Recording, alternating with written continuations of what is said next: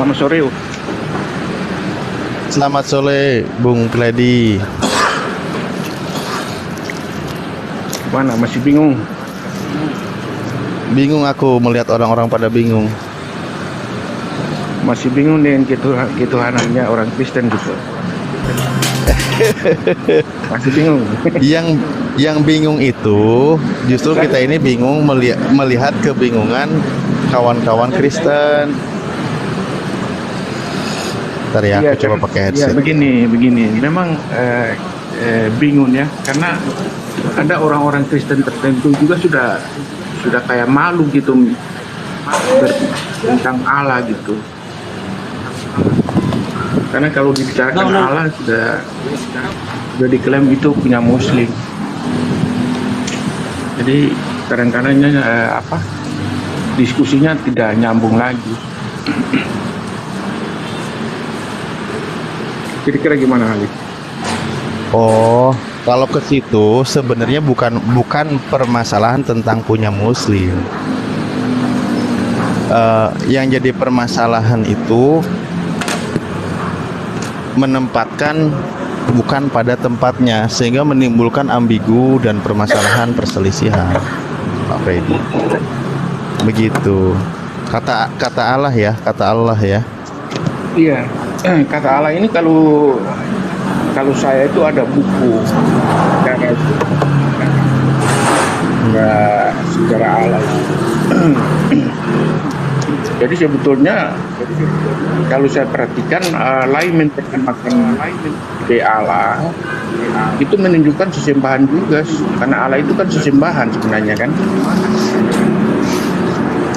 Tapi kadang-kadang Kristen ini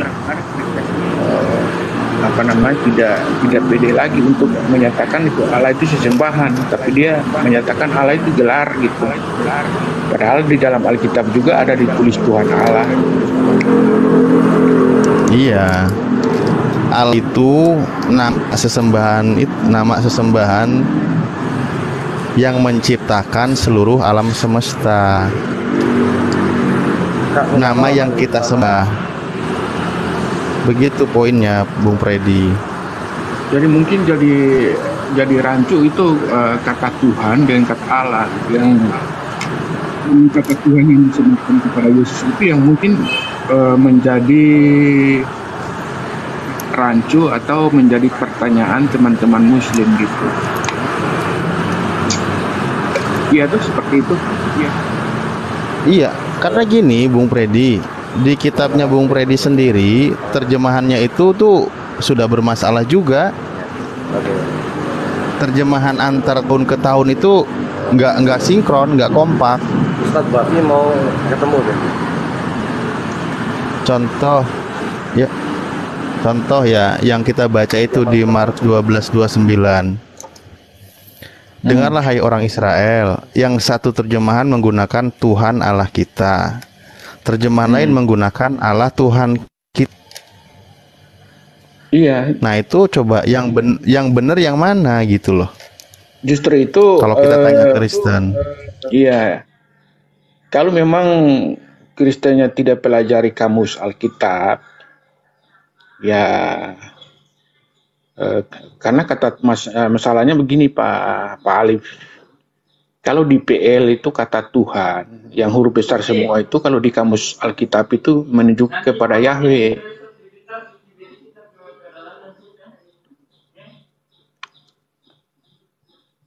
Iya kan, Pak Alif?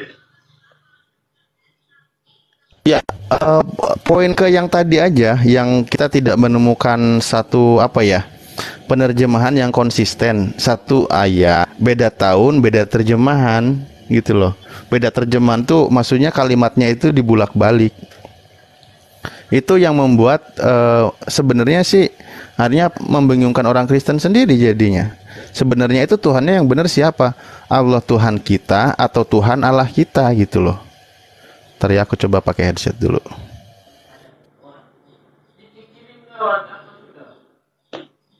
Iya, masalahnya itu yang dibedakan itu kan di Perjanjian Lama dan Perjanjian Baru itu kata Tuhan itu. Kata Tuhan itu.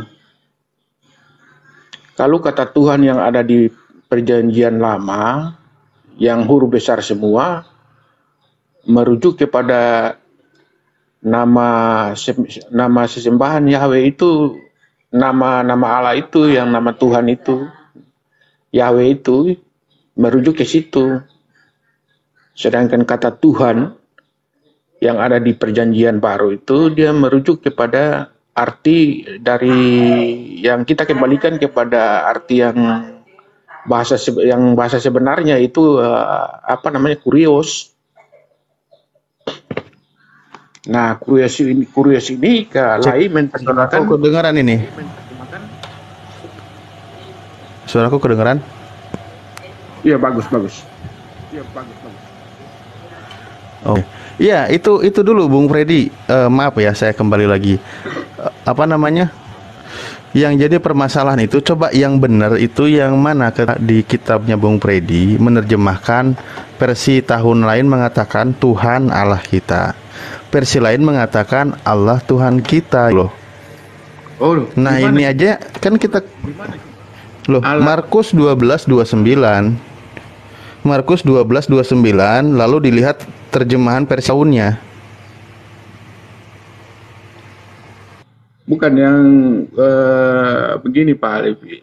Barangkali kita merujuk kepada yang terjemahan terakhir gitu. Bukan TB2 ya, yang TB1 yang di terjemahan tahun 74 atau 76 itu. Yang kebanyakan, yang pada umumnya Kristen pakai itu.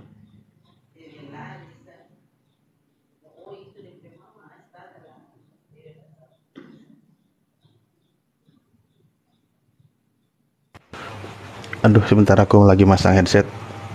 Headsetnya gede banget di telinga. Iya, itu Bung Freddy. Betul, dari versi terjemahan saya bilang sekali lagi. Ketika orang-orang tua dulu mungkin menyebut nama Tuhannya itu Allah gitu. Allah Tuhan kita. Nah, yang versi sebelum TB2 menyebut Tuhan Allah kita, gitu loh. Nah, itu permasalahannya. Jadi bagaimana dibulak-balik gitu. Bahwa yang satu mengatakan Allah Tuhan kita, yang satu mengatakan Tuhan Allah kita. Itu kan sudah balik-balik. Makanya yang benar itu yang mana yang dipatenkan coba dari Kristen.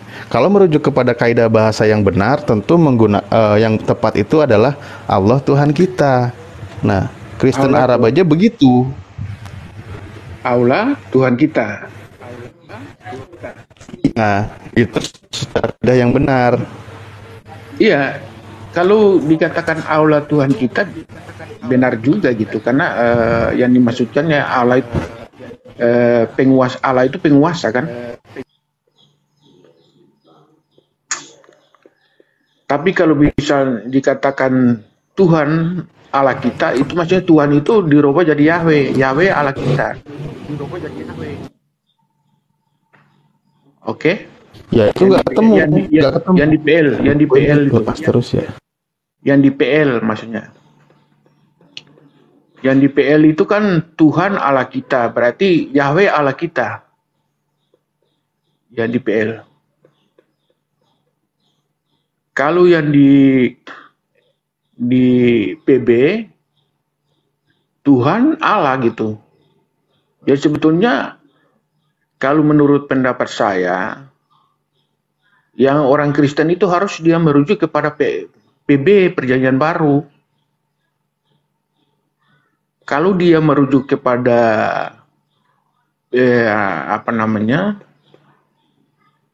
Perjanjian Lama, itu berarti sesembahannya sama kepada yang disembah oleh umat Yahudi itu. Ini gini Bung Freddy, sebenarnya ya kalau saya merujuk nih, saya objektif menilai.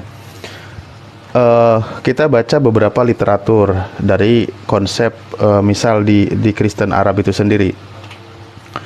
Di situ mengatakan Allah itu memang nama Tuhan Sang Pencipta alam semesta. Itu udah clear. Iya, betul. Itu udah clear. Nah, aduh sebentar ya, ini headsetnya lepas terus. Bentar. Oh, headset baru ceritanya. Hehehe. Ntar nih.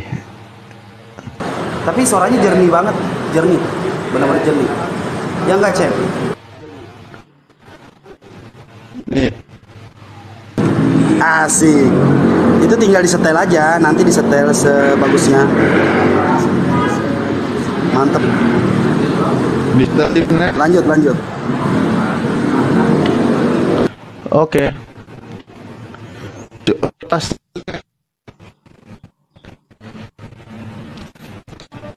Ya, kita ulang.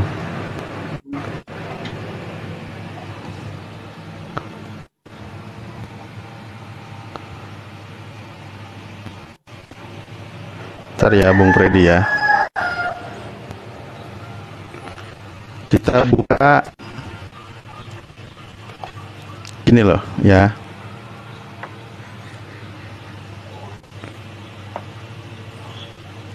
Ini nggak noise ya, HP ku nggak noise ya. Soalnya dari kemarin bermasalah terus HP ini. Sama sekali nggak noise, cuman agak sedikit jaringannya. Iya, nggak tahu ini kenapa. Nah ini,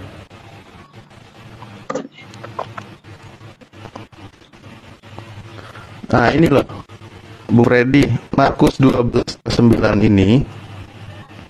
Karena ada beberapa nih terjemah si tahunnya. Nah, kita bisa lihat cel ya di sini ya, ada TB, AYT, TL, BIS dan seterusnya. Nah, di sini ada yang mengatakan, nah, Allah Tuhan kita. Ada yang mengatakan Tuhan Allah kita.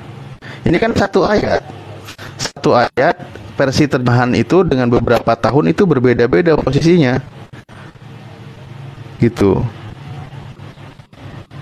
Nah, ini kan sebenarnya dipertanyakan karena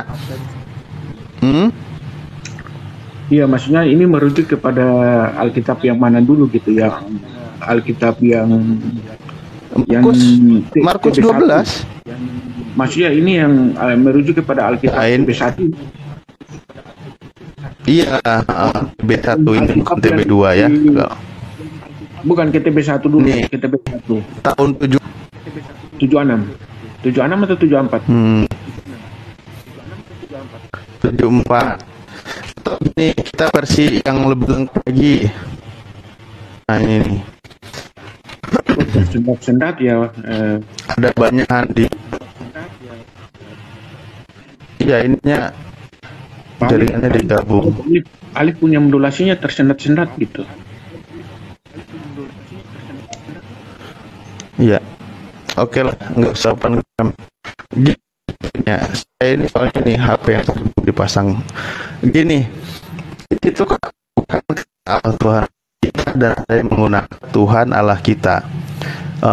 Kalaulah misal merujuk kepada yang benar kaidah bahasanya, misal di versi bahasa Arab.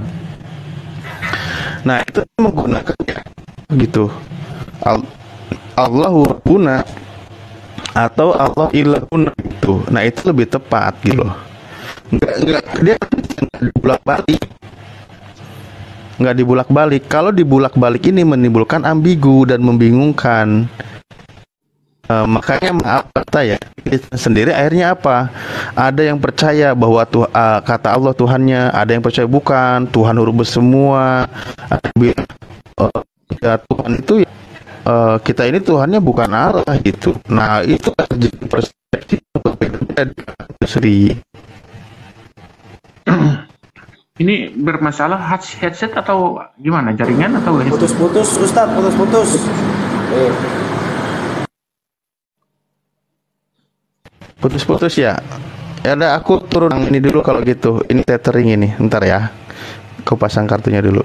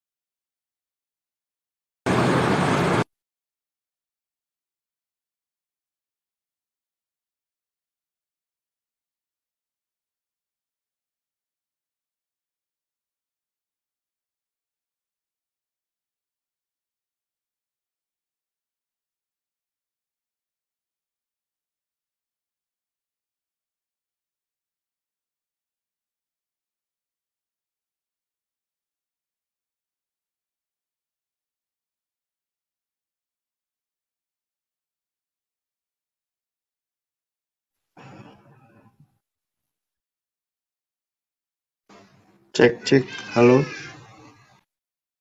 Ya, bagus, bagus, mantap.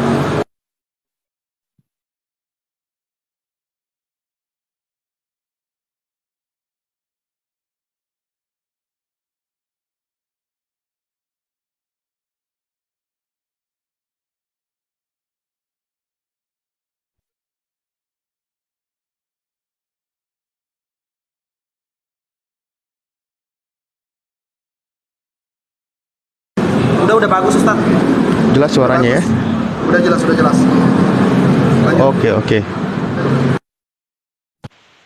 Ya, kembali Bung Freddy. Oh, ini suara ke speaker, suara saya juga ada kayaknya. Itu yang tidak konsisten dalam penerjemahan sehingga menimbulkan kebingungan sebenarnya di kalangan Kristen itu sendiri. Karena yang satu mengatakan Allah Tuhan kita, yang satu mengatakan Tuhan Allah kita gitu loh. Nah, ini penempatan kata Allah ini tidak punya standar yang paten di kalangan Kristen. Apalagi kalau mau mengikuti standar KBBI, itu kan Allah itu nama Tuhan gitu yang disembah gitu, bukan nama gelar gitu loh. Nah, itu akhirnya maaf kata, ketika Kristen dengan Muslim terjadi perdiskusian atau perdebatan, jangankan dengan Muslim, sesama Kristen sendiri pun banyak yang setuju, banyak yang tidak, banyak yang pro, banyak yang kontra, banyak yang menempatkan pada tempatnya, ada juga yang tidak menempatkan pada tempatnya gitu. Iya betul juga. Ini kritik teks, cuma saya perhatikan kayak live begitu dia gimana ya, tidak. Dia melakukan sosialisasi juga terbatas tentang terjemahannya itu. Saya juga pertama orang Kristen itu biasanya kalau dari Kristen yang mayoritas itu dia kadang-kadang sudah tertanam di dalam doktrinnya itu bahwa Allah itu Allah Tritunggal, yaitu Bapa, Anak, dan Roh Kudus. Nah, terus kalau di PB itu menonjol kalau penyebutan Tuhan itu di dalam pikiran itu dia langsung merujuk kepada Yesus. Tetapi kalau kita perhatikan, kalau Pak Alif biasa perhatikan kalau ikut-ikut acara begitu, terus disuruh pendeta itu dia berdoa, itu jarang ya, hampir tidak ada gitu. Kalau dia berdoa itu misalnya dia menyatakan misalnya Tuhan Yesus begini bla bla bla bla, enggak, tapi dia berdoa itu Tuhan Allah Bapa dalam sorga, dia berdoa seperti itu gitu. Tuhan Allah Bapa dalam sorga, Tuhan yang disembah oleh Abraham, Ishak, dan Yakub, dia berdoa seperti itu. Tapi pada akhirnya dia berdoa, kita berdoa itu di dalam nama Yesus Kristus. Tapi pembukaan doa itu dia merujuk kepada sesembahan yang disembah oleh Yahudi itu, gitu. Kan sama gitu. Iya gini, Bung Freddy. Saya buka websitenya punya Kristen Mesir ya, Koptik Ortodok dia. Jadi kan dia menyebutkan bahwa ini ya, Allah itu nama ya, dia itu nama sang sesembahan yang menciptakan seluruh makhluknya.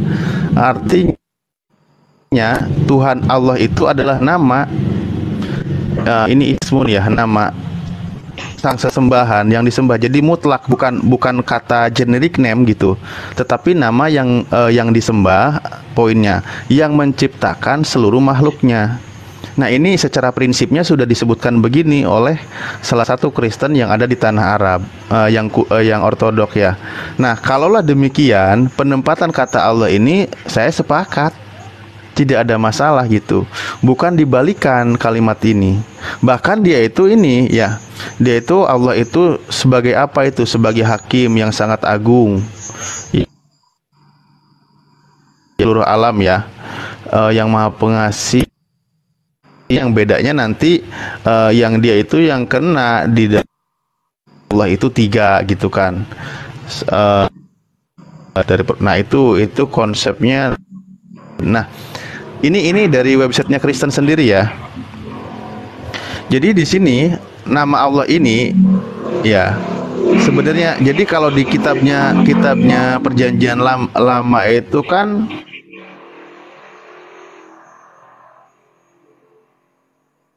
menggunakan ado ya, atau menggunakan Putus-putus lagi. atau ini dirujuk kepada Allah buat dia gitu. Jadi di sini jaringannya nggak kuat kali. Jadi di dalam website itu diterangkan, Bung Predi, bahwa ditemukan di dalam Perjanjian Lama dengan menggunakan bahasa Ibrani. Ini bukan punya kami ya, ini bukan sekonsep dengan kami lah, ini konsep dari Kristen sendiri gitu, bahwa ada 3 kata yang dipadankan yang merujuk kepada Ismun Jalalah itu, nama keagungan itu, nama Allah itu. Jadi ketika menyebut kata Elohim itu merujuk kepada Allah, menyebut kata Yahweh itu juga merujuk kepada Allah, atau Adonai gitu.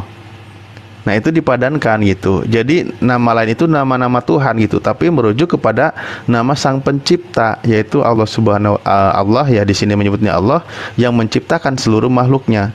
Boleh menyebut dengan sebutan lain tapi merujuk kepada nama Sang Pencipta itu. Nah artinya di sini kan sebenarnya sudah finish. Kata Allah itu sudah finish gitu di dalam Kristen Koptik Mesir. Paling nanti kami perdebatannya adalah dengan mereka itu bahwa Allah itu Al-Wahid atau Al-Ahad gitu. Yang satu, yang tunggal, yang tidak bisa dibagi-bagi, sementara mereka membaginya gitu. Karena dikatakan kan ada ya nantilah konsepnya ya Tritunggal, karena konsepnya Tritunggal di sini.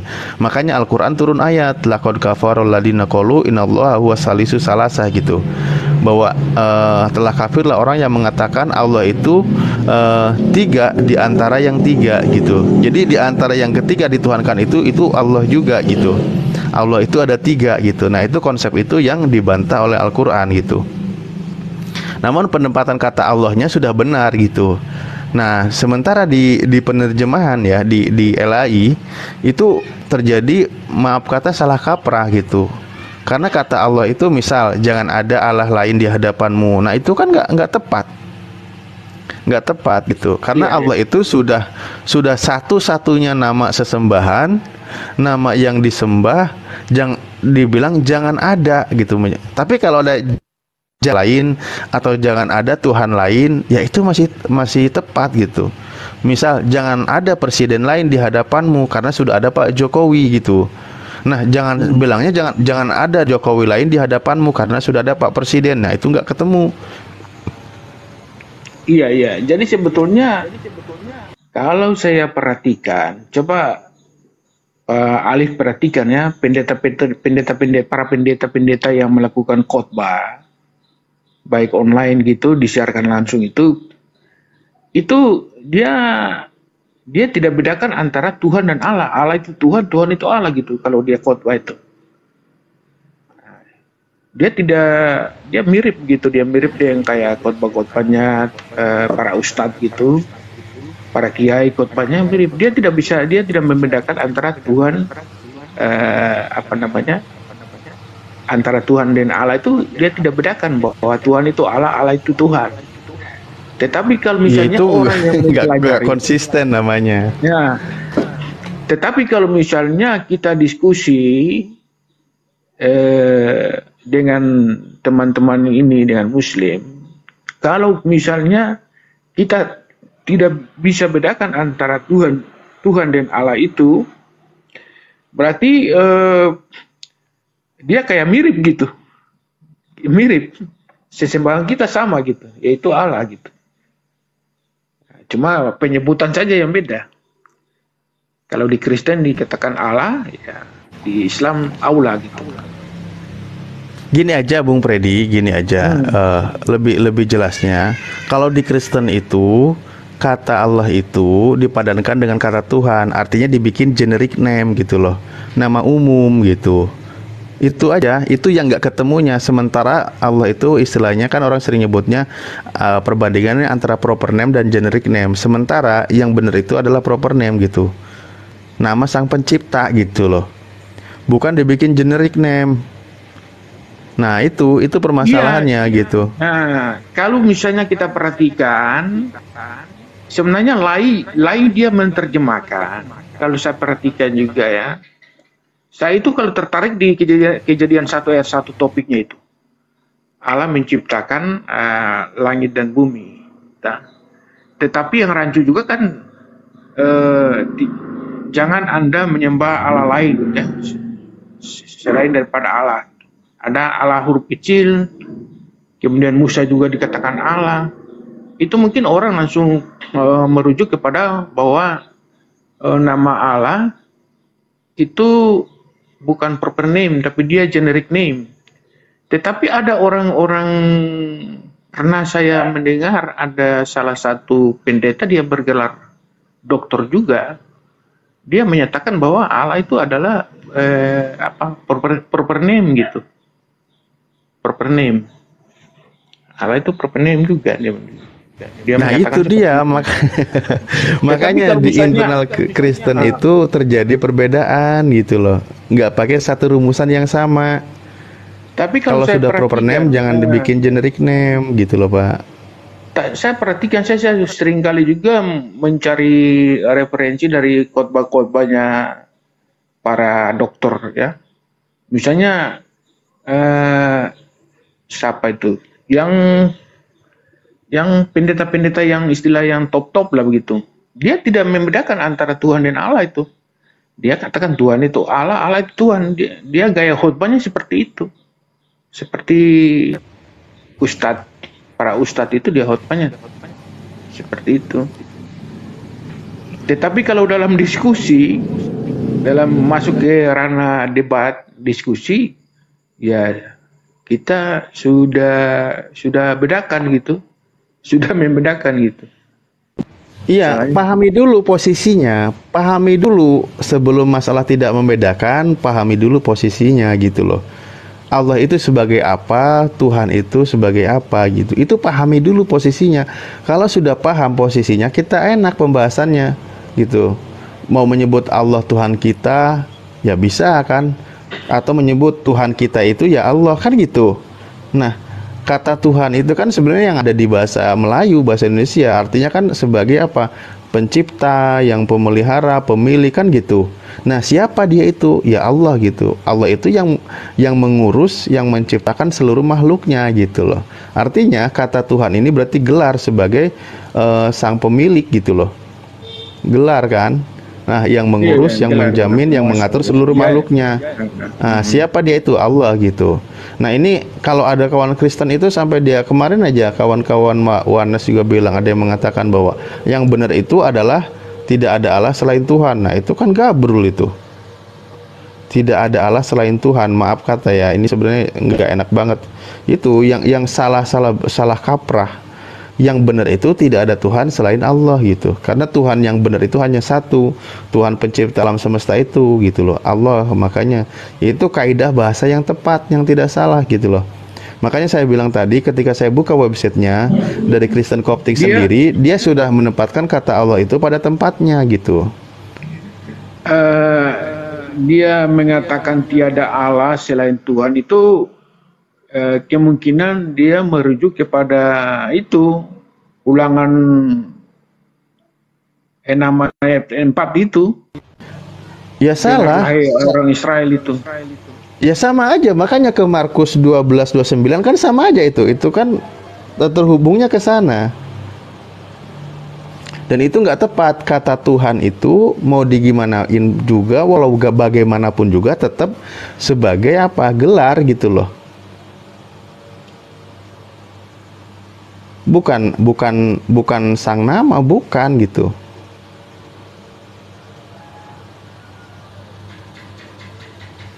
Itu Bung Freddy. Bukan, kalau saya ini kan pelajari secara otodidak ya. Saya pelajari secara otodidak gitu. Jadi kalau saya perhatikan, memang kalau ketika Yesus belum ada, yang masih di PL, ya barangkali kita bisa mirip gitu. Tapi ketika Yesus itu datang dan ada kitab yang disebut dengan Perjanjian Baru, di sini yang gelar Yesus yang disematkan sebagai diterjemahkan kurios, diterjemahkan Tuhan, itu yang menjadi perdebatan dengan teman-teman Muslim itu. Kalau saya perhatikannya seperti itu. Tapi kalau misalnya di Alkitab itu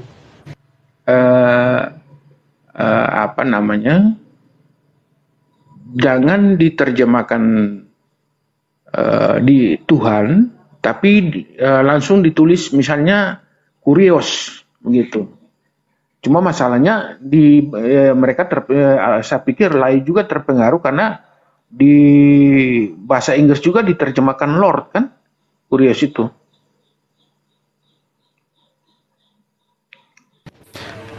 Ya, itu gelar itu.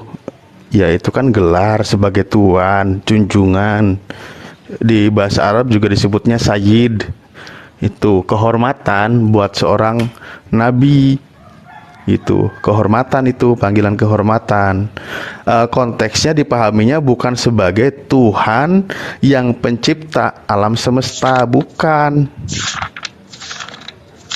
Gitu loh. Udah sederhana banget Bung Freddy, udahlah. Saya yakin Bung Freddy juga sebenarnya udah paham poinnya. Cuman itu artinya LI ini seenaknya menerjemahkan, tidak memiliki definisi yang tepat dalam menempatkan kata. Gitu. Jadi kalau misalnya menurut Pak Alif, misalnya Alkitab itu gimana misalnya diterjemahkan, dikembalikan kepada bahasa aslinya, misalnya Allah itu diganti Elohim begitu, atau gimana? Ya itu ada beberapa poin saya bilang tadi ya. Kalaulah dikatakannya sebagai ditempatkan kata Allah pada tempatnya, mungkin tidak akan diperdebatkan, gitu loh. Bahwa Allah itu nama Sang Pencipta yang menciptakan seluruh makhluknya. Nah, kalau dibikin demikian, itu tidak akan diperdebatkan kata Allahnya gitu. Makanya poinnya tadi yang jadi permasalahan adalah kata Allah ini digeser maknanya, dibalik maknanya. Bahkan yang ditempatkan itu kata Tuhan huruf besar, sementara kata Allah itu digeser. Seperti yang tadi kita sebutkan bahwa tidak ada Allah selain Tuhan. Itu itu pemerkosaan kata gitu. Nah, itu yang tidak punya konsisten penerjemahan di LAI gitu loh. Kalaulah kata Allah itu benar-benar tidak dirubah-rubah posisinya, bahwa dia itu memang nama Sang Pencipta yang menciptakan seluruh makhluknya gitu, yang mengurus seluruh makhluknya, nama yang sangat agung. Nah, itu nggak akan diperdebatkan di situ. Paling perdebatannya nanti lain. Gitu. Lainnya apa? Contoh ketika memposisikan sang utusannya itu. Nah, begitu Bung Freddy. Iya. Jadi justru itu kalau ditanya pencipta langit dan bumi itu siapa, saya kan tidak pernah mengatakan bahwa Yesus itu pencipta langit dan bumi. Kalau saya seperti itu. Karena memang kalau kita perhatikan ya, pencipta langit dan bumi merujuk kepada Allah itu. Nah, iya. Nah, sekarang oke, kita posisi Yesus sebagai apa menurut Bung Freddy? Tetapi ada Kristen-Kristen tertentu yang fanatisme, yang punya pemikiran yang langsung kepada Yesus, karena Yesus juga mengatakan bahwa sebelum dunia ada, dia sudah ada. Sebelum Abraham ada, dia sudah ada. Kemudian Yohanes menjelaskan juga bahwa dia itu pencipta dunia ini. Sehingga orang kalau misalnya kalau ditanya saya pencipta langit dan bumi, saya tidak menjawab Yesus, kadang-kadang saya juga dibully. Saya bilang ya pencipta langit dan bumi adalah Allah gitu. Ya itu dia, betul. Makanya Bung Freddy sudah punya benar. Saya bilang tadi, jangankan antara Kristen dengan Islam, di internal Kristen sendiri ada perbedaan penempatan kata ini. Ya, sekarang Bung Freddy sudah berani mengatakan demikian. Itulah buktinya. Nah, baik, kita langsung aja majuin ke substansi pembahasan. Ketika Bung Freddy juga meyakini bahwa pencipta alam semesta ini adalah Allah. Nah, posisi Yesus itu sebagai apa? Posisi Yesusnya itu yang sebetulnya kan ada kalau ditanya pencipta langit dan bumi adalah, kalau cuma saya katakan Allah, itu orang akan kebanyakan protes. Jadi kalau kita lengkapi, yaitu harusnya Allah Tritunggal. Cuma masalahnya Allah Tritunggal tidak tercatat di dalam Alkitab. Itu konsep.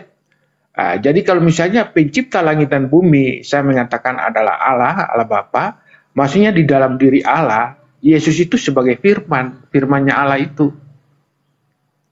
Itunya, maksudnya begitu. Posisi Yesusnya begitu. Nah, ini larinya ke konsep berarti ya? Ya, larinya ke konsep karena masalahnya begini Pak Ustadz. Sebelum inkarnasi, Yesus kan tidak ada di dalam perjanjian lama, kan tidak ada. Nama Yesus kan tidak ada gitu. Tetapi di dalam perjanjian baru, kata-kata Yesus itu menunjukkan bahwa sebelum dunia ada, dia sudah ada. Misalnya di Yohanes 17 ayat 5, sebelum dunia ada, dia sudah ada, sudah dipermuliakan. Kemudian dia juga mengatakan, sebelum Abraham ada, aku sudah ada. Ditegaskan lagi oleh Yohanes, Injil Yohanes, pada mulanya adalah firman. Konsep tapi kalau misalnya seperti kita itu, merujuk kepada perkataan Yesus sendiri, Yesus mengatakan terang-terangan itu di Yohanes 17:5, sebelum dunia ada, aku sudah ada, sudah dipermuliakan. Kemudian di Yohanes 10 kalau tidak salah, sebelum Abraham ada, aku sudah ada. Nah, pertanyaannya, dia ada sebagai apa? Apakah sebagai Yesus? Oh tidak, dia sebagai firman. Nah, kenapa sebagai firman kita tahu dari mana bahwa dia itu sebagai firman? Ya dijelasin di Yohanes, Injil Yohanes yang menjelaskan itu. Kira-kira begitu Pak Ustadz. ya. Kalau Bung Freddy, kemuliaannya yang sudah ada itu kan di masa praeksistensi sebenarnya. Kenapa Ya, dia? Ini saya coba tarik ya, tarik pemahamannya karena gini. Sebelum manusia eksis, memang Tuhan itu sudah menciptakan, sudah ada di dalam rancangan Tuhan itu sendiri. Artinya, contoh ketika dia seorang nabi, tentu nabi itu adalah yang mulia, yang dimuliakan oleh Tuhan. Nah, ketika dia selesai menjalankan tugasnya, ya dia bermohon, permuliakanlah, karena memang dia itu sudah dimuliakan dari masa praeksistensinya, karena dia seorang nabi. Seorang nabi itu adalah orang yang dibimbing oleh Tuhan, menerima firman Tuhan, kan gitu. Nah, konsep di Islam itu, para nabi itu, jangankan untuk nabi ya, dia sendiri itu sudah ada di masa praeksistensinya gitu loh. Praeksistensinya itu sudah ada, dia sudah berkomunikasi dengan Tuhan, mengambil perjanjian dengan Tuhan. Nah, beda lagi dengan para nabi. Para nabi itu tentu sudah punya posisinya sendiri. Karena dia akan menjadi utusan Tuhan, tentu dia di situ adalah yang dimuliakan oleh Tuhan. Nah, ketika kemuliaan dia sudah miliki, dia di masa praeksistensi, karena memang dia itu sebagai posisinya seorang nabi, maka ketika dia terlahir ke muka bumi, dia menjalankan tugasnya. Nah, ketika selesai menjalankan tugasnya, maka dia berdoa, permuliakanlah, kan gitu, anakmu, di mana kemuliaan yang sudah aku miliki, kan gitu. Karena memang dia seorang nabi, karena dia sudah menjalankan tugasnya. Kan di situ dijelaskan, segala firman yang engkau sampaikan kepadaku telah kusampaikan kepada mereka. Artinya tugas kenabiannya menyampaikan firman sudah selesai. Oke, Kan jangan begitu. dulu panjang-panjang, jangan terlalu panjang Pak Alif. Betul apa yang Pak Ustadz Alif katakan. Tapi kalau saya lihat, Ustadz ini melakukan elaborasi kata-kata yang merujuk kepada penafsiran. Tapi ini yang saya tunjukkan, ini maksudnya perkataan Yesus langsung. Perkataan Yesus langsung. Apakah ada nabi lain juga mengatakan seperti itu? Misalnya Nabi A, apakah dia pernah juga mengatakan bahwa sebelum dunia ada, aku sudah ada? Sebelum Abraham, aku sudah ada. Kan tidak ada nabi lain yang mengatakan seperti itu. Hanya Yesus. Nabi kan? Yeremia itu Pak, Nabi Yeremia. Kalau memang Nabi Yeremia juga pernah mengatakan seperti itu, ya udah. Artinya saya belum baca, tapi saya percaya Pak Alif gitu. Gini, maksudnya poinnya begini. Nah, Yeremia 1 nomor 5, sebelum dia berada di dalam kandungan, sebelum tercipta dalam kandungan, dia itu sudah dikenal oleh Tuhan. Sebelum ada di dalam kandungan, Tuhan sudah mengenal dia. Artinya kan dia sudah ada pereksistensinya. Sebelum ada di dalam kandungan pun Tuhan sudah mengenal siapa itu Yeremia gitu loh. Nah, posisinya adalah sama-sama ada satu peristiwa di masa praeksistensi. Poinnya di situ, Pak. Di situ poinnya gitu loh. Kalau memang eksistensi, ada contoh-contoh lain, nabi lain. Karena Paulus juga pernah, kalau tidak salah Paulus juga mengatakan bahwa masih di dalam kandungan dia sudah sudah jadi nabi. Dia sudah ditentukan lah begitu, katanya seperti itu ya. Ya itu kan sebenarnya eksistensi begitu. Tapi iya. Iya, berarti Pak Alif bisa mensejajarkan antara Yesus dengan Paulus dengan siapa namanya tadi, Nabi Yeremia, bahwa mereka juga berkata-kata seperti itu, sehingga kata-kata Yesus yang disampaikan bahwa sebelum dunia ada dia sudah ada, itu sesuatu hal yang biasa kalau menurut Pak Ali begitu. Loh, artinya perkataan itu tidak signifikan, artinya kata-kata itu seperti biasa gitu. Iya, artinya gini poinnya, ketika posisi kehebatan seperti itu bukan berarti menaikkan posisinya itu sebagai Tuhan gitu. Kemuliaan itu sudah ada gitu, tapi bukan berarti dia itu Tuhan, karena tetap ciptaan. Bahkan kan di Amsal 8:22 itu kan Tuhan yang menciptakan aku sebelum bumi ini dibentukkan gitu. Tapi begini Pak Ustadz ya, kita pelan-pelan saja ya. Tapi bagaimana Pak Ustadz kalau misalnya Yesus itu sudah dinubuatkan bahwa dia datang itu adalah Tuhan dan Allah? Pernah dengar? Oh, nggak mungkin. Lari mungkin, nanti saya tunjukkan ayatnya. Di mana? Karena kembali ke konsep Yahudi dulu, karena Yesus itu datang untuk kalangan Bani Israel, berdialog, berdiskusi dengan kalangan bangsa Yahudi. Bangsa Yahudi sudah paham Tuhan itu seperti apa. Nah, sekarang apa yang mau dibuktikan?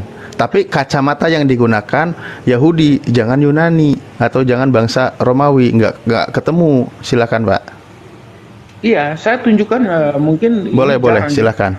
Jarang yang pendebat yang lain menunjukkan gitu. Tapi saya bisa tunjukkan kalau yang penting, karena saya percaya bahwa Alkitab ini adalah firman Allah yang walaupun yang ditulis oleh manusia, tapi dia diilhamkan ya oleh.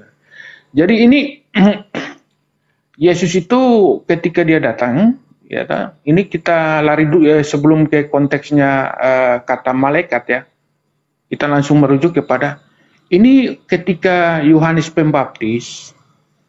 Dia mengatakan bahwa inilah dia yang kumaksud, akulah suara yang berseru-seru di padang gurun, luruskan jalan Tuhan. Seperti yang dikatakan Nabi Yesaya. Di Yesaya 40 ayat 3. Saya tidak pakai dua HP.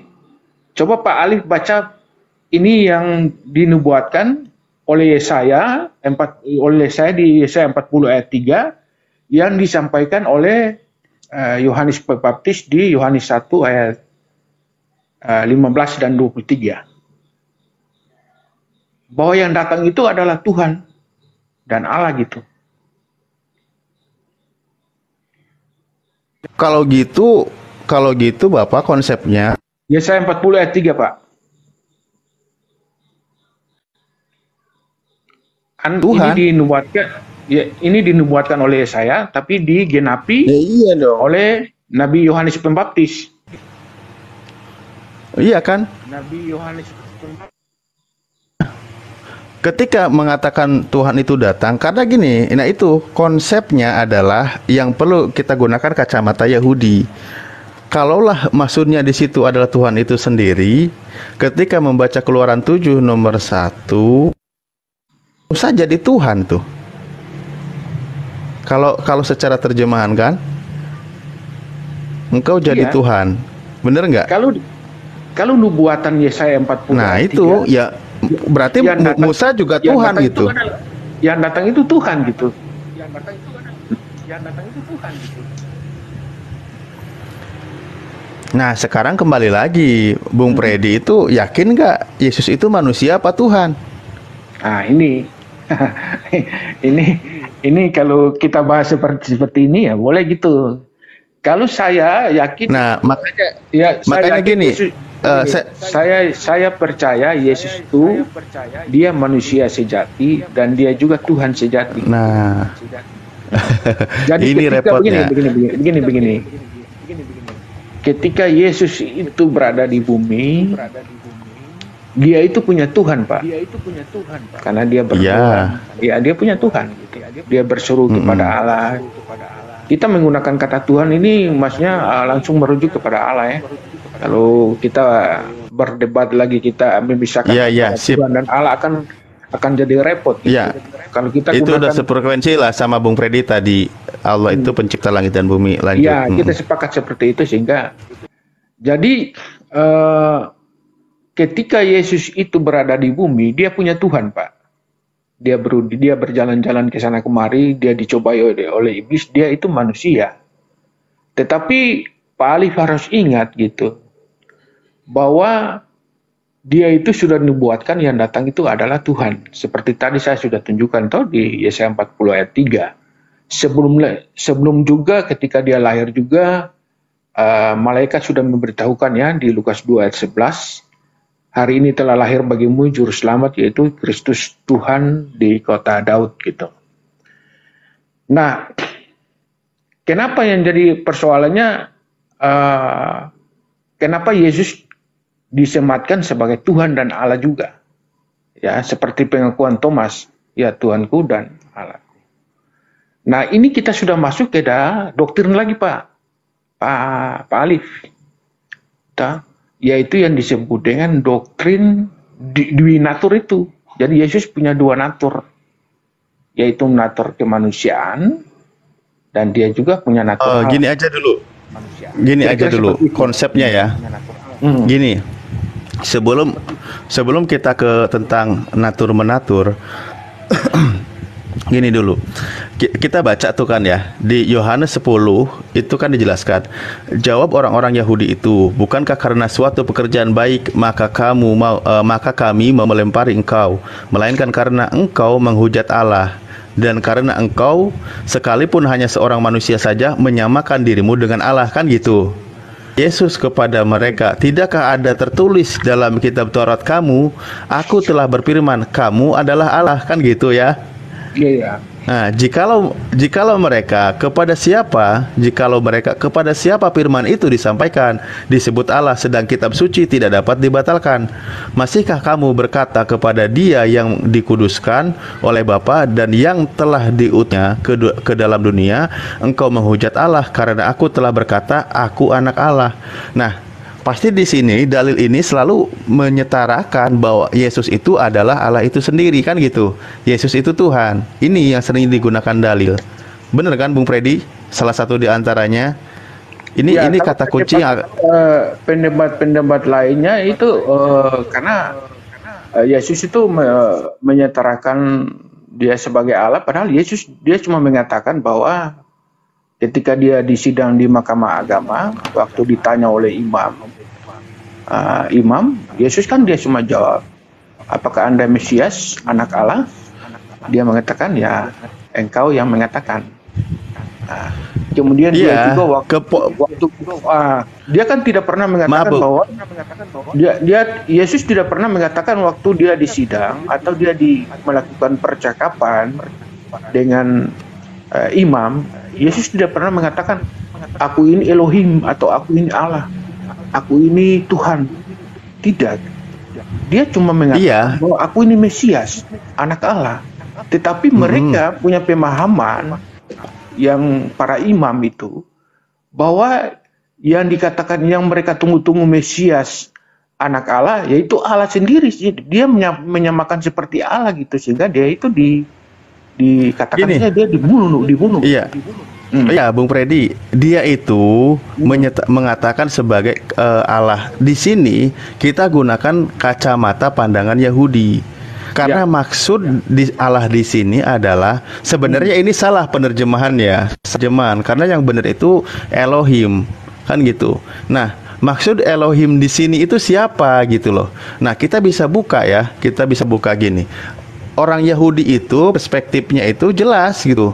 Maksudnya dia itu sebagai penyampai firman ketika pembahasan di sini. Nah, sayang sekali Kristen itu kan salah paham. Kan di sini ya, kata Yesus kepada mereka, tidakkah ada tertulis di dalam kitab Taurat kamu, aku telah berfirman, kamu adalah Allah. Jadi ada kalimat seperti ini. Nah, maksud kalimat ini seperti apa? Itu dijelaskan di kitab Mazmur. Maksudnya saya belum paham. Ini ya pembahasannya. Anda lari ke Mazmur ya. Maksudnya di tadi kan saya sudah jelaskan. Karena yang jadi persoalan ini kan sebentar dulu. Oke, silakan. Iya, sebentar dulu. Gini, menuhankan Yesus kan gitu. Di antaranya dia itu disebut juga Allah kan gitu.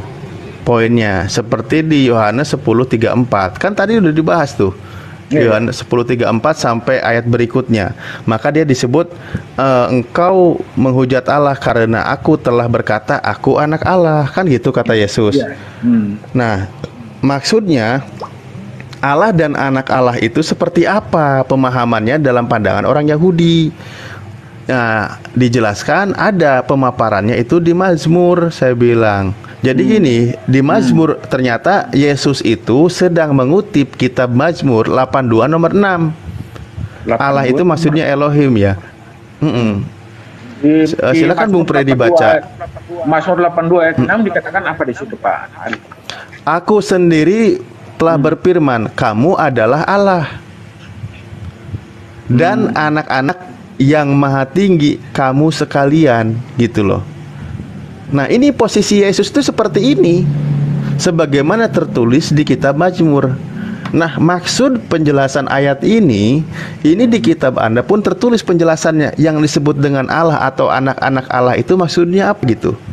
Nah, itu dijelaskan. Istilah Allah dalam bahasa Ibrani itu Elohim. Nah, maksudnya apa? Dia ini mengacu kepada tokoh-tokoh, pemimpin-pemimpin dan hakim Israel yang ditugaskan sebagai wakil Allah dalam melaksanakan keadilan, melindungi yang lemah dan menolong dan membebaskan mereka dari para penindas. Nah, Yesus ini posisinya sebagai utusan Allah. Sebagaimana juga ketika mengutip di Keluaran 7, di situ kan Musa menjadi Allah atas Firaun, kan gitu. Nah, posisinya intinya adalah di sini Yesus itu sebagai utusan Allah. Nah, Yesus sebagai utusan Allah di kalangan Yahudi pun ditolak. Jangankan jadi Tuhan, utusan Tuhan pun ditolak ketika disidang. Nah, perspektifnya yang digunakan adalah perspektif Yahudi. Menjadi wakil Tuhan aja Yesus banyak ditolak ketika di persidangan gitu. Nah, makanya bukan perkara tentang dituhankan gitu loh. Jadi ya, artinya bukan Tuhan. Ya. Jadi begini Pak Ustadz ya. Nanti coba riset arti menuhankan itu. Jadi kita menuhankan itu jadi begini, di zaman itu banyak orang kan menuhankan. Misalnya Herodes juga mereka menuhankan, Firaun juga mereka menuhankan. Jadi ketika Yesus datang dan dia mengatakan dia itu Mesias anak Allah, seakan-akan dia itu ada menyamakan diri sebagai Allah, sehingga mereka menolak begitu. Karena mungkin mereka menolak karena mungkin salah pemahaman. Karena di situ dari penolakan itu mungkin kalau menurut saya ya, penafsiran saya, penolakan dari segi politis gitu. Jadi Artinya orang-orang di Ja- situ yang tidak mau menggantikan suatu kedudukan. Padahal dia sudah jangan digeser dulu Pak Bung Freddy, maaf. Maksudnya orang Yahudi menolak dia itu menolak Yesus sebagai wakil Tuhan yang Tuhan yang akan membawa keadilan di kalangan bangsa Yahudi. Mereka menolak karena menurut mereka tidak sesuai gitu. Nah, disebut Allah itu maksudnya Pak sebagai wakil Tuhan. Karena sudah banyak para nabi sebelumnya wakil Tuhan turun di kalangan Bani Israel yang menyelamatkan kalangan Bani Israel. Nah, makanya kan mereka itu sedang menanti Mesias itu kan gitu, yang menyelamatkan mereka dari penjajahan. Nah, Yesus itu datang, Yesus itu turun. Nah, tetapi dalam pandangan kacamata Yahudi kriterianya tidak masuk. Sehingga apa? Diperpanjang lagi bahasanya, dibuatlah bahwa dia itu keturunan Daud agar dijadikan Mesias, karena Mesias itu dari keturunan Daud agar masuk kan gitu. Ketika dituntut masalah kerajaan, mana kerajaan Yesus? Yesus nggak bawa kerajaan. Ketika dituntut kerajaannya, Yesus bilang kerajaanku bukan dari dunia, kerajaannya itu sifatnya rohani gitu kan. Nah itu makanya mereka menolak. Untuk kalangan Yahudi ini kalangan Yahudi ya, menerima Yesus sebagai Mesias aja mereka tolak karena kriterianya itu tidak memenuhi gitu. Oke.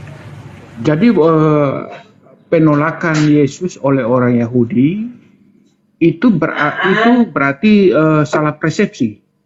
Jadi para imam Yahudi itu mengharapkan bahwa dia datang itu seperti Musa yang membebaskan mereka dari perbudakan Mesir. Kemudian yang mereka harapkan seorang Mesias itu datang bahwa dia sebagai Mesias, sebagai raja yang bisa membebaskan mereka dari penjajahan Romawi.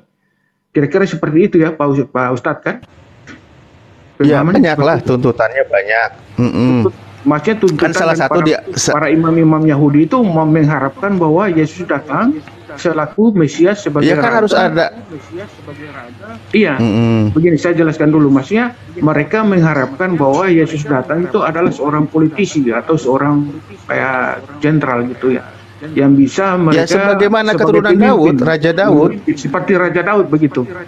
Ya, ya artinya kan harusnya kan ada kerajaannya. Yesus sendiri kan ngaku dia itu kan katanya membawa kerajaan kan gitu. Iya betul. Nah, tetapi begitu ditanya oleh karangan mereka, sehingga dia menaruh harapan kepada Yesus karena dia membawa kerajaan, tapi ketika itu dia malah menjawab kerajaannya ini kan, kerajaannya itu tidak bisa sebagaimana konsep Raja Daud gitu loh. Nah, makanya nggak lama dari situ ya mereka pun banyak nolak gitu. Sifatnya kerajaannya rohani ini, bukan kerajaan yang akan membebaskan dari jajahan kalangan bangsa Romawi gitu. Oke. Nah, jadi, itu salah satu.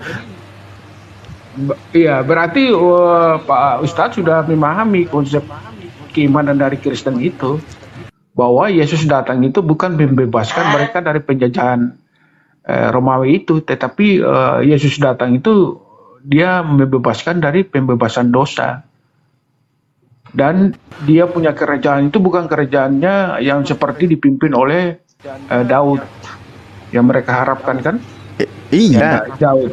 Tapi memang kan Yesus itu kan, maksudnya Yesus datang itu sebagai pimpinan kerajaan surga. Yang dia duduk di sebelah. Iya. Karena begini Pak, tabernakel, saya jelaskan dulu ya. Dulu Yahudi itu kan punya bait Allah. Iya toh? Tempat bait Allah. Bait Allah itu kan dia menghadap ke timur. Dan di sebelah kanan bait Allah itu adalah istana Daud. Jadi orang Yahudi mengharapkan bahwa yang Mesias yang akan datang itu akan duduk di situ. Duduk di sebelah kanan itu bait Allah itu. Tetapi ternyata yang Yesus datang itu bukan duduknya di situ, tapi dia duduk di sebelah kanan Allah di surga, Pak. Itu maksudnya kedatangan Yesusnya seperti itu. Jadi salah pemahaman dari antara orang Yahudi dan yang dimaksudkan oleh Yesus. Yesus dia datang selaku penebus dosa. Dia sendiri mengatakan bahwa anak manusia datang bukan untuk dilayani, tapi untuk melayani dan memberikan nyawanya sebagai tebusan bagi banyak orang. Nah, itu kalau gitu nanti tuntutannya lebih berat lagi. Gini loh Pak Pendeta, makanya kan kalau maksudnya di gini, itu kita clearkan dulu, maksudnya ini kan tujuan dan Iya, Yesusnya seperti apa dulu kan, kita koma, kita tutup di situ dulu. iya, dia itu memang mengabarkan kerajaan Allah kan gitu. Artinya gini, tentang ajaran, tuntunan, sebagaimana pengenalan tentang Tuhan itu kan sudah finish oleh kalangan dari zaman Musa, Nabi Musa beserta nabi penyertanya kan gitu. Ajaran tuntunan kehidupan, bagaimana bersikap dalam kehidupan kan gitu, sudah diajarkan. Dia nggak perlu ngenalin lagi tuh. Konsep seperti itu nggak perlu dikenalkan lagi. Bahkan dia bilang dia itu untuk menyempurnakannya mengenai masalah pengajaran. Nah, ketika tentang masalah kalau kita sebut sebagai perkara syariat sudah dikenalkan, masalah tentang Tuhan sudah dikenalkan, maka tugas Yesus itu adalah mengajak mereka itu mengenal kerajaan Allah agar nanti kembali kepada Tuhan itu berpulangnya itu ke tempat yang disediakan oleh Tuhan, masuk ke dalam kehidupan yang abadi. Kan gitu. Pasti pengajaran Nabi sebelumnya kan itu tidak banyak mengajarkan itu tentang kehidupan yang abadi itu seperti apa kan gitu. Nah, Yesus datang mengabarkan setelah tentang kehidupan, tata cara kehidupan, menjaga kehidupan, Tuhan sudah dikenal, itu kan sudah diajarkan. Yesus hanya mengingatkan kembali. Nah, Yesus membawa lagi tentang masalah kerajaan Allah itu agar manusia itu bahwa nanti akan pulang menuju kepada kehidupan dia ajarkan gitu loh. Kan itu poinnya yang diajarkan. Makanya kan ada tuh ketika di salah satu perdebatannya dengan orang Saduki, orang yang tidak percaya dengan hari kebangkitan ketika masalah tidak ada kawin mengawin itu kan ayatnya. Nah, kenapa mereka tidak percaya? Bisa jadi karena sebelumnya memang tidak banyak pengajaran tentang hal itu. Makanya Yesus mengajarkan hari kebangkitan, tetapi belum sempurna seutuhnya. Itu loh. Karena dia bilang apa? Masih banyak yang ingin aku sampaikan, tapi kalian belum sanggup untuk menanggungnya. Nah, tentang kerajaan Allah itu, tentang kehidupan nanti, kematian, kebangkitan, kehidupan nanti di kehidupan yang abadi, menuju istilahnya di surga, di neraka, belum seutuhnya, belum sepenuhnya, belum sesempurnanya Yesus menyampaikan. Karena Yesus sendiri yang bilang, masih banyak yang ingin ku sampaikan, tapi kalian belum sanggup untuk menanggungnya, gitu. Kan gitu sebenarnya yang disampaikan oleh Yesus. Nah, makanya Yesus bilang, dia meminta kepada Bapa kan, ada roh kebenaran yang akan menyampaikan perkara yang akan datang. Dia akan menyampaikan sesuai dengan apa yang dia dengar gitu loh. Dia tidak akan berkata dari dirinya sendiri. Nah, konsep pengabaran kerajaan Tuhan itu mulai dari zaman Yesus dan kepada nabi berikutnya. Makanya di dalam maaf ya, ini sedikit nyambung ya. Makanya di Al-Quran itu banyak mengabarkan tentang apa? Kerajaan Tuhan, kan gitu. Bagaimana proses hari kebangkitan, terjadinya kiamat dan seterusnya. Di Al-Quran itu ada satu surah namanya Al-Muluk. Muluk itu kerajaan. Bunyi ayatnya, Bismillahirrahmanirrahim, Tabarakalladzi biyadihil mulk wa huwa ala kulli syai'in qadir. Maha suci Tuhan yang di dalam genggamannya, di dalam kekuasaannya itu segala kerajaan, kan gitu. Dan Allah itu maha kuasa atas segala sesuatu, kan gitu. Nah, diteruskan pengabaran tentang kerajaan Tuhan ini gitu loh, agar mereka menuju kepada kehidupan yang abadi di surga gitu. Nah, itulah pengajaran Yesus. Sementara kembali kepada tadi, bahwa kalangan Yahudi itu masih berada dalam penindasan, berharap lepas dari Romawi. Tapi sayang sekali Yesus itu datang yang dibawa kerajaan rohani gitu, bukan kerajaan secara duniawi. Padahal Yesus sendiri yang bilang dia itu menjadi raja katanya di bumi dan di surga gitu. Tetapi dia harapkan mana kerajaannya, kan nggak ada gitu. Nah, itu maksudnya Pak, kalau kembali kepada pengajaran Yesus, intinya Yesus itu ditolak di kalangan Yahudi. Makanya karena dia ditolak sebagai anak Allah, dalam artian sebagai penyampai firman Tuhan, atau ditolak sebagai Allah sebagaimana Musa juga menjadi Allah ketika mendapat diutus untuk kepada Firaun, mereka menolak karena Yesus itu tidak menunjukkan kekuasaannya itu di mana, nggak ada gitu loh. Mereka memandangnya seperti itu kan. Akhirnya apa? Tuduhan itu banyak. Dituduh kerasukan Belzebul, dituduh orang Samaria, dituduh hasil zina. Banyaklah tuduhan dari kalangan Yahudi. Dituduh mengacak-acak hukum Taurat, kan gitu. Dan seterusnya. Nah itu, padahal itu pengajaran yang diterima oleh Yesus dari Tuhan itu begitu. Ketika masalah hukum Taurat, dia menyesuaikan hukum, tidak begitu ketat. Makanya kan ada beberapa yang disesuaikan. Yang awalnya ketika masalah hari Sabat terlalu ketat kalangan Yahudi, Yesus melonggarkan. Dia bisa menyembuhkan orang ketika orang membutuhkan di hari Sabat, kan gitu. Padahal sebelum Nabi sebelumnya pun sudah ada yang melakukan demikian. Nah intinya begitu sih Pak. Dia itu konsepnya bukan Tuhan. Kalau kita tangkap ya, tapi kembali ke iman Bung Pri, nanti terserahlah. Konsepnya bukan Tuhan, karena apa? Yang namanya Tuhan itu di kalangan Bani Israel, yang lingkupnya kalau di negara itu sekelas kecamatan lah, atau mungkin kabupaten lah.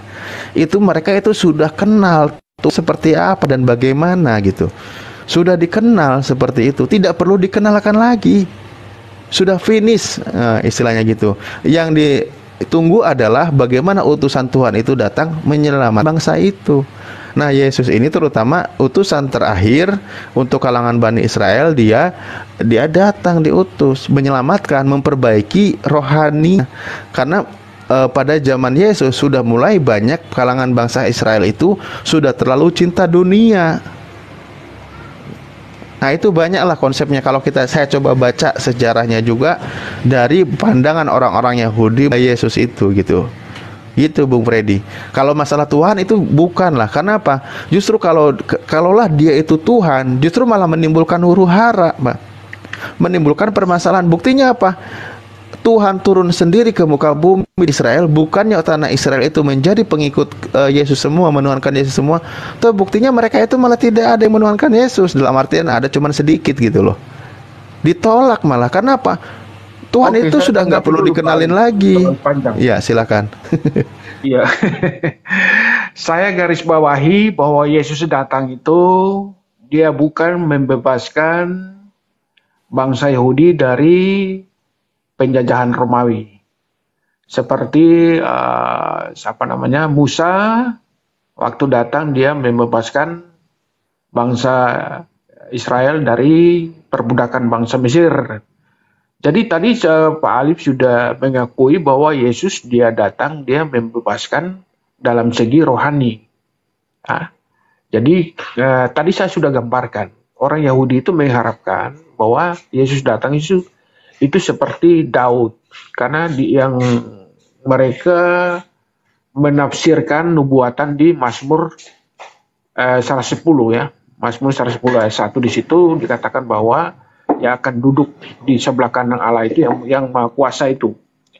Jadi tadi saya sudah gambarkan bahwa Yesus datang itu bukan membebaskan dari segi penjajahan. Tapi Yesus datang itu dia membebaskan dari segi perbudakan dosa ya, dosa, karena Yesus mengatakan bahwa anak manusia datang untuk menebus dosa manusia. Kalau kita bicara dosa ya kita runut lagi dari Adam agak panjang gitu.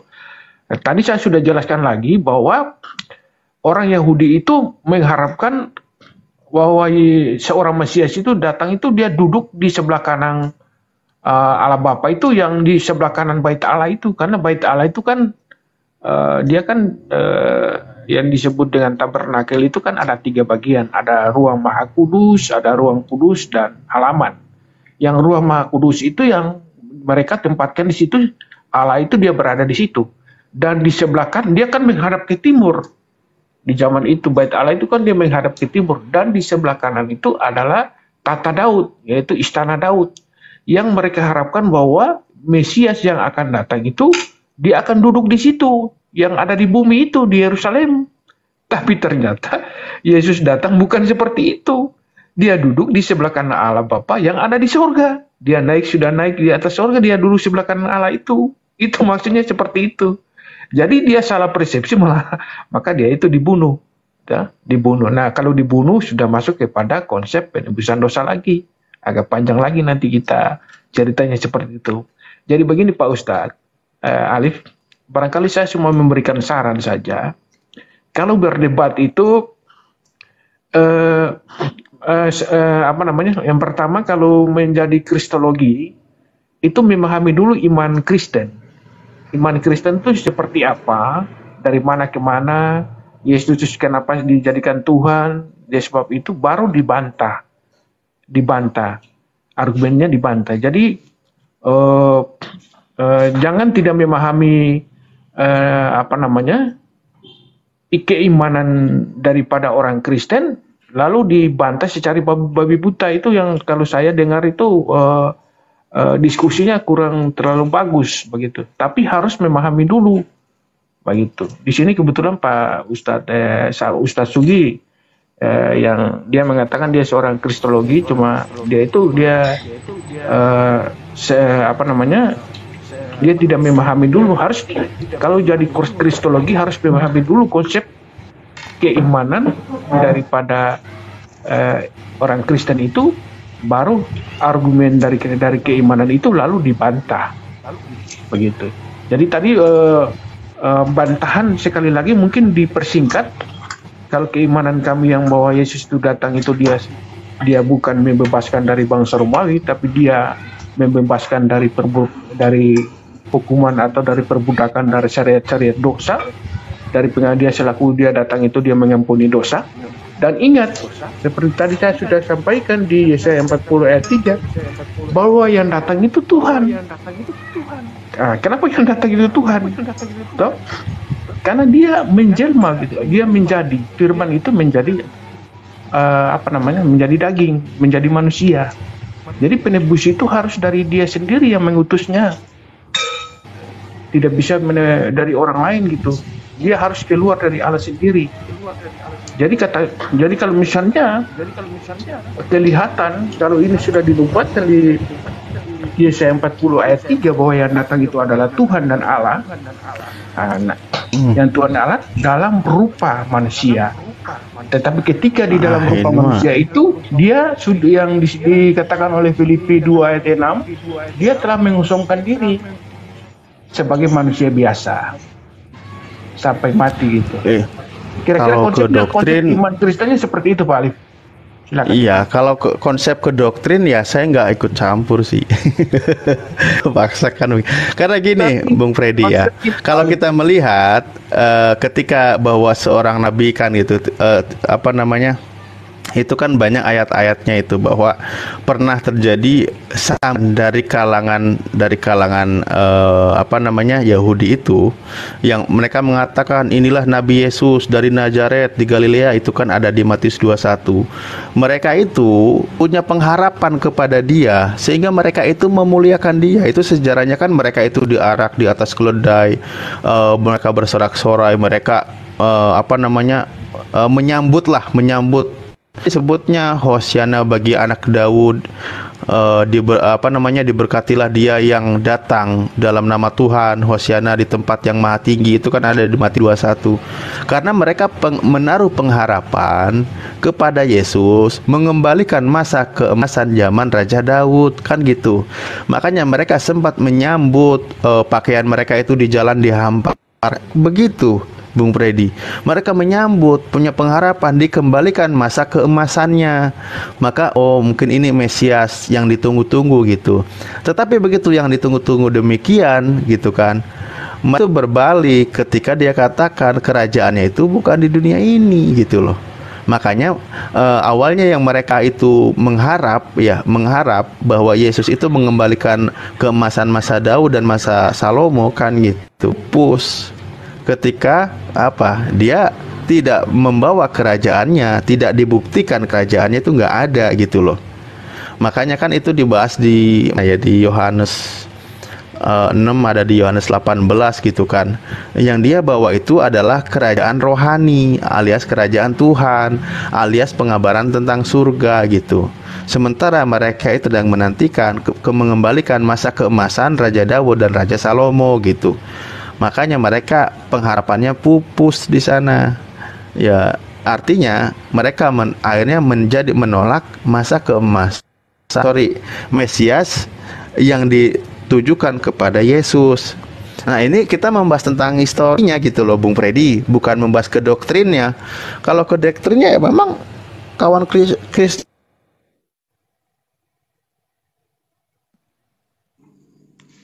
udah nggak enak dari tadi. Nggak enak, takutnya mereka pada tidur lagi. Pak Alif mengakui bahwa Yesus datang membawa kerajaan rohani. Sedikit saya menambahkan Ustadz Alif ya dan kawan-kawan. Assalamualaikum warahmatullahi wabarakatuh. Maaf.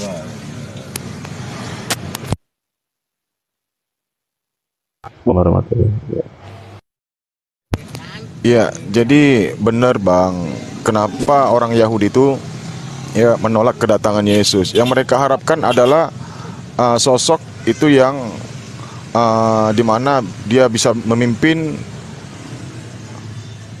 orang Israel, dan mereka harus memaksakan bahwasanya meyakini bahwasanya yang mereka tunggu adalah keturunan yang berasal dari Daud. Tapi memang Allah berkehendak lain.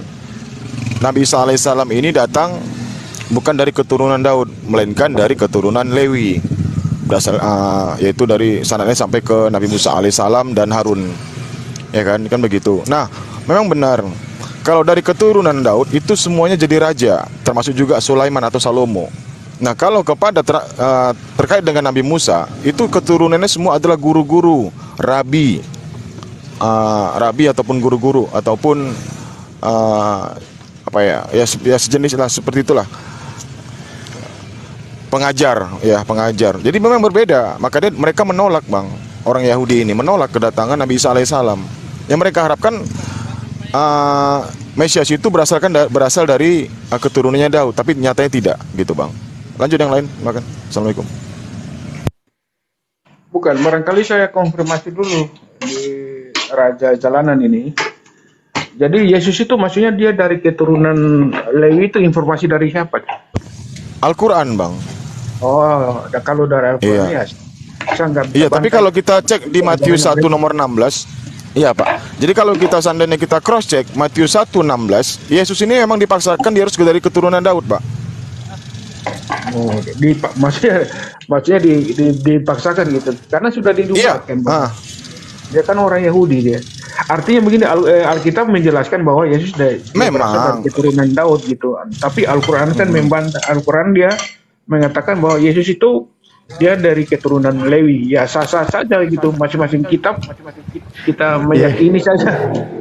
Bung Freddy, kalau merujuk kepada Matius pun Lukas, itu keturunan Daud itu kan sebenarnya tanda kutip ya rekayasa saja. Aslinya kan tidak malah. Aslinya kan karena menyandingkan nama ayahnya kepada Yusuf, padahal Yusuf bukan ayah kandung. Makanya ini semalam ini pembahasan yang sangat panas, ini lucu. Pemaksaan, gitu. Pemaksaan. Ya, begini Pak Ustadz ya, saya belum pelajari bahwa Yesus itu dari keturunan siapa-siapa gitu. Tetapi ya, kalau Lewi kan ngambil dari ibunya, Bu Freddy, dari ibunya Maria itu kan. Artinya saya belum pelajari secara mendalam. Tetapi dalam pengajaran orang Kristen selama ini dalam khotbah-khotbah bahwa Yesus itu dari keturunan Daud, dari keturunan Yehuda gitu. Itu gini Bung Freddy, itu kan udah kita bahas semua. Kenapa dibilang keturunan David? Karena dia memasukkan hanya disambungkan ke Yusuf, padahal aslinya bukan anak Yusuf. Makanya di Lukas 2, menurut anggapan orang dia anak Yusuf dan seterusnya. Itu juga jadi trending semalam ya di roomnya Uniripa. Kalau apaan orang artinya bukan yang sesungguhnya, hanya aja ingin bawa itu anak keturunan Daud. Nah sekarang begini aja Bung Freddy. Bung Freddy benar-benar sepakat kalau Yesus itu anak keturunan Daud. Kalau Bung Freddy benar-benar sepakat dia itu mutlak keturunan Daud, maka Yesus itu hasil hubungan antara Maria dengan Yusuf. Begitu Bung. Anak biologis ya Ustaz ya. Dilema di sini. Iya. Assalamualaikum warahmatullahi wabarakatuh. Waalaikumsalam. Waalaikumsalam Ya mungkin warahmatullahi mungkin Pak Freddy mungkin bisa buka datanya biar sama-sama kita baca Matius 1 nomor 16. Izin Pak Freddy, bersama-sama kita kelarkan kalau masalah yang itu ini. saya sudah ketahui itu. Maksudnya begini Pak. Kalau secara ini maksudnya secara pengajaran yang selama ini kita terima bahwa Yesus itu dikatakan sebagai singa Yehuda, dia berasal dari keturunan dari Yehuda gitu ya, dari yang keturunan Daud tapi bohong istilahnya kan gitu, karena aslinya bukan gitu loh Bung Freddy. Nah kalau memang dia bohong, saya belum pelajari seperti itu. Tapi selama ini yang kita ketahui bahwa Yesus itu dari kalau Bung Freddy Yehuda. Bung Freddy sepakat, berarti Yesus itu memang keturunan manusia, hasil hubungan antara Yusuf dan Maria gitu loh. Itu konsekuensinya.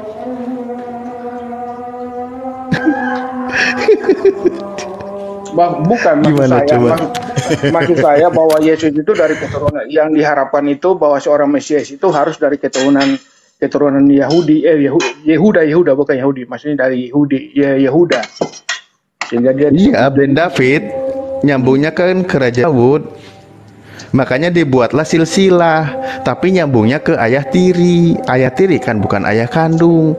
Kalau Bung Freddy mau disepakati beneran, konsekuen harus sepakat bahwa Yesus itu kelahiran dari Yusuf dan Maria, hubungan suami istri. Benih Daud. Iya.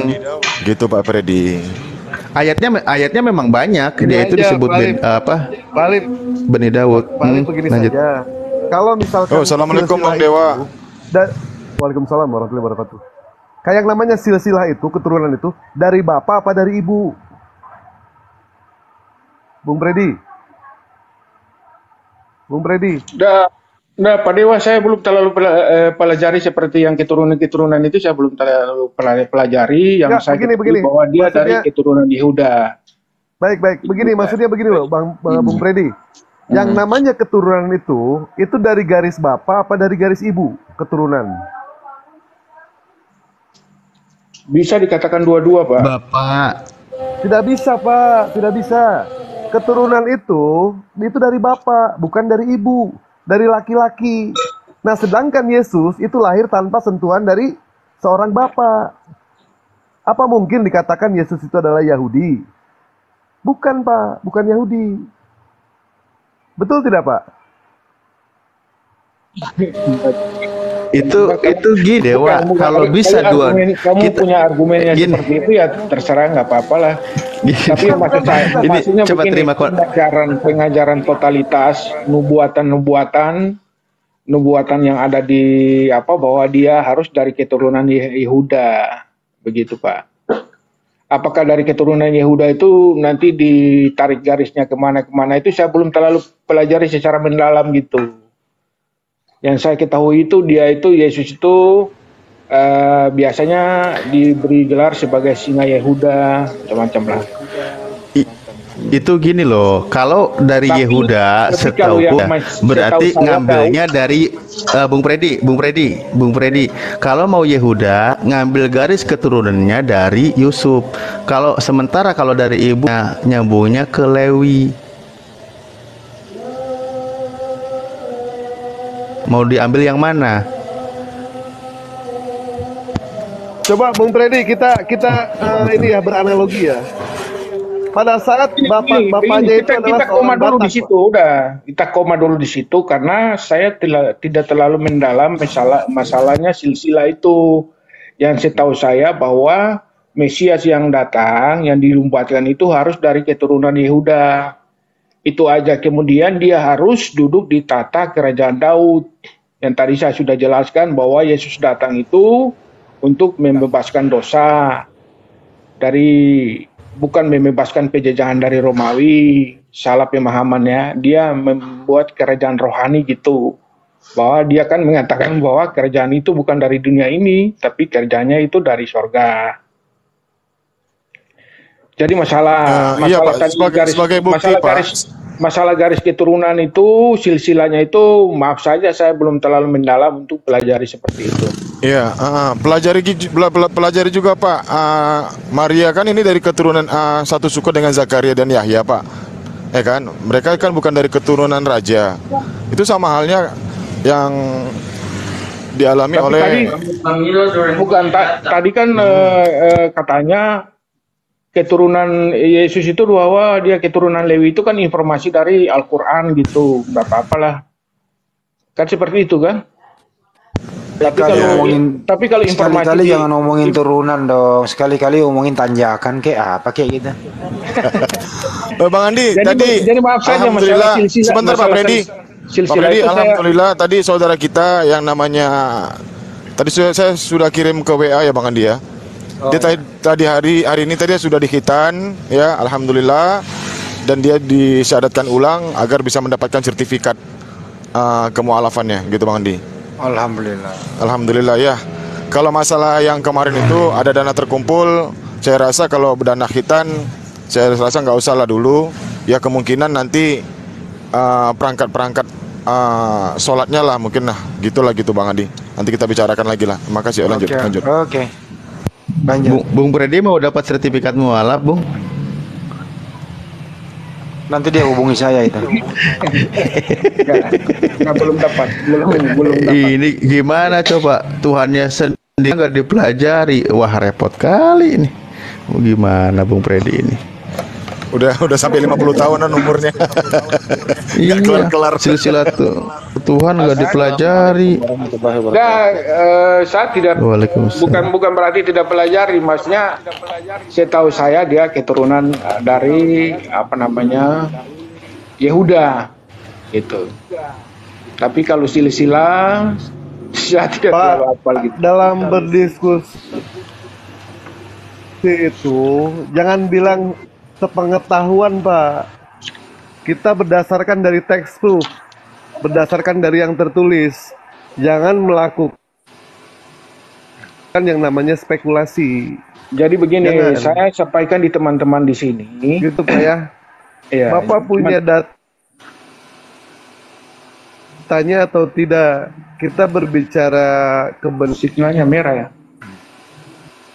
kebenaran ini bukan berdasarkan katanya Pak.